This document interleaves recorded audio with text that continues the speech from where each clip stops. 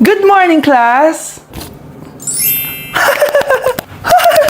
Bakit ang dami nakadikit sa wall? May ballpen, may walis. Ma'am, uso kasi to. Ididikit mo yung mga bagay gamit yung wall friction. Parang ganito. O, di ba, ma'am? Ano? Wall friction? Hoy! Baka mahulog ka dyan! Sus, kung mga bata to. Kung ano-ano kasi nakikita niyo sa TikTok na yan eh. Try ko naman tong calculator.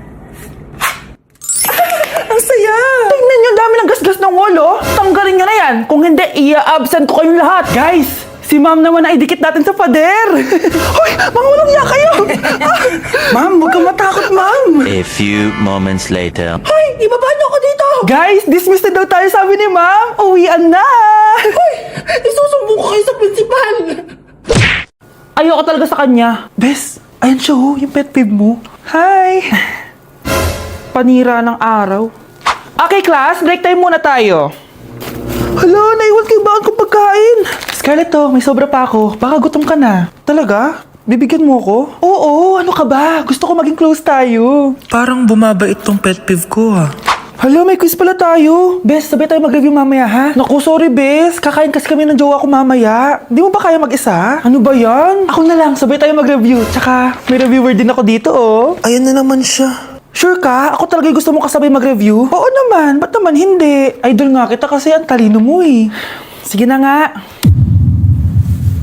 Okay class, para sa activity natin today, pili kayo ng partner nyo. Bes, partner tayo ah. Sorry na Bes, partner na kasi kami ng baby loves ko eh. Partner na kami ng baby loves ko eh. Tayo na lang yung partner, Scarlett. Ikaw na naman. Buti ka pa, gusto mo ako makapartner. Ayan, perfect! Partner kayo ng pet peeve mo. Ha? Bes! Pet peeve mo pala ako? After mo siraan sa amin yan, BFF na kayo ngayon?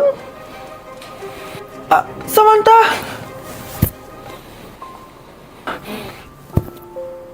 Samantha? Magpapaliwanag ako. Oh, ba't nandito ka? Pet peeve mo ako, di ba? Umalis ka na! Oo! Pet peeve kita! Dati! Kasi ang sungit mo sa akin eh. Tapos palagi mo ako iniinis. Alam mo kung bakit? Kasi gusto kita. Ha? Wala. Never mind. Samantha!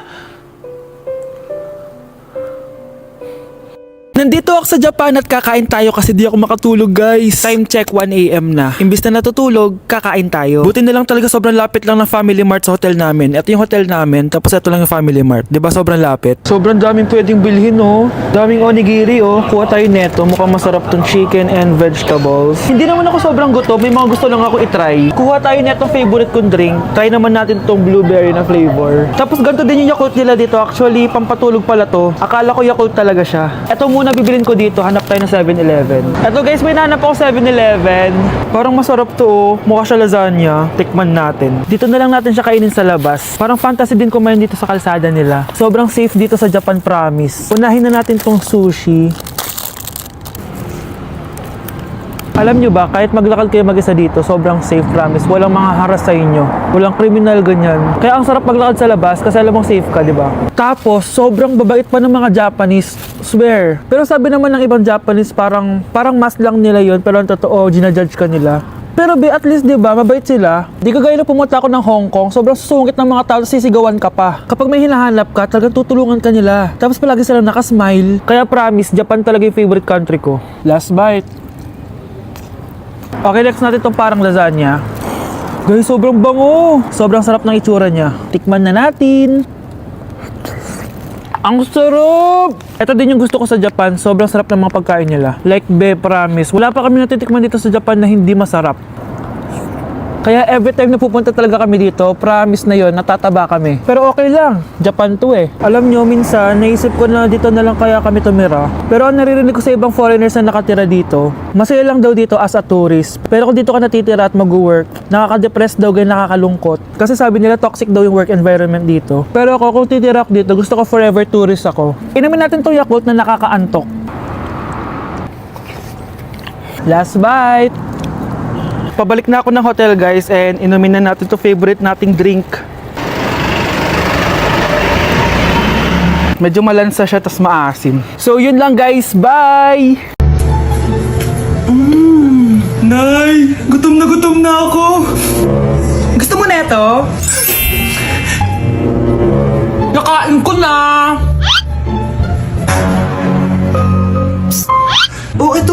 pagkain para sa'yo. Pagpasensyahan mo ng nanay mo, ha?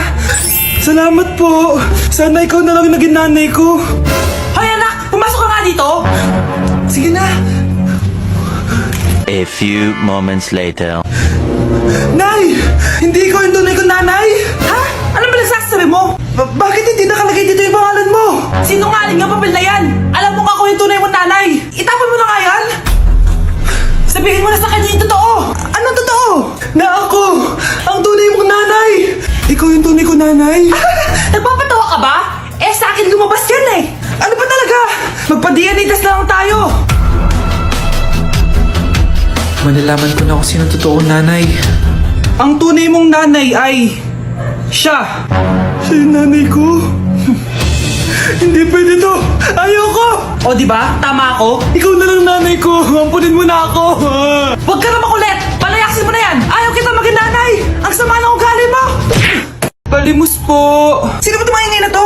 Patawad! Mais ka na! Sige na po! Wala na po ako makain eh! Sige, baka na lang mamalimos! Huwag dito! Mais ka na! Oh, ito, pambili ng pagkain. Sorry, ito lang yung meron ako eh. Salamat po. Ba't may camera?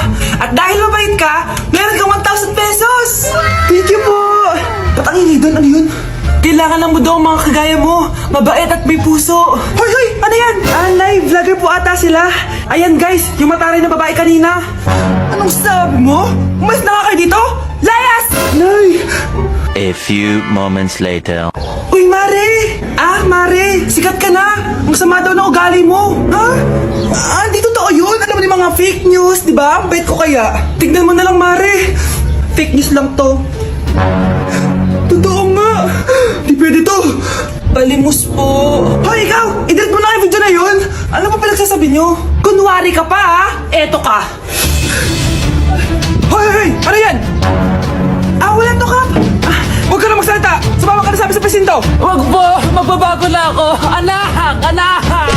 Nay! Nay! Hinuhuli ako ng mga tao sa labas! Ha? Bakit ka nila hinuhuli? Di ko po alam, Nay. Yung totoo! Anong ginawa mo? May nasagasaan po ako, Nay! Hoy! Diyos kong bata ka! Sige, magtago ka na! Sige po, Nay. A few moments later. Tao po! Ano po yun? May nasagasaan kasi anak mo. Nandito ba siya? Grabe naman. Kaso, wala siya dito eh. Para sigurado, pwede ba ako pumasok dyan? Sige. Sakit ang tiyan ko. O, di ba? Wala siya dito. Mukhang wala nga dito. Sige, alis na ako. Ano yun? Nandiyan ka lang pala, ha? Huli na kita! Teka lang. Ano ba nasagasaan niya? Nakasagasa siya ng langgam. Langgam? Seryoso ka ba? Bakit? May buhay din sila. May pamilyang naghihintay sa kanila. Oo, sige. Huli niya na yan. Total, puro kain at tulog lang naman ginagawa niya dito. Nay, aamin na ako sa crush ko. Go anak! Sana magka-joke ka na agad. Hello? May aaminin ako sa'yo. Crush kita.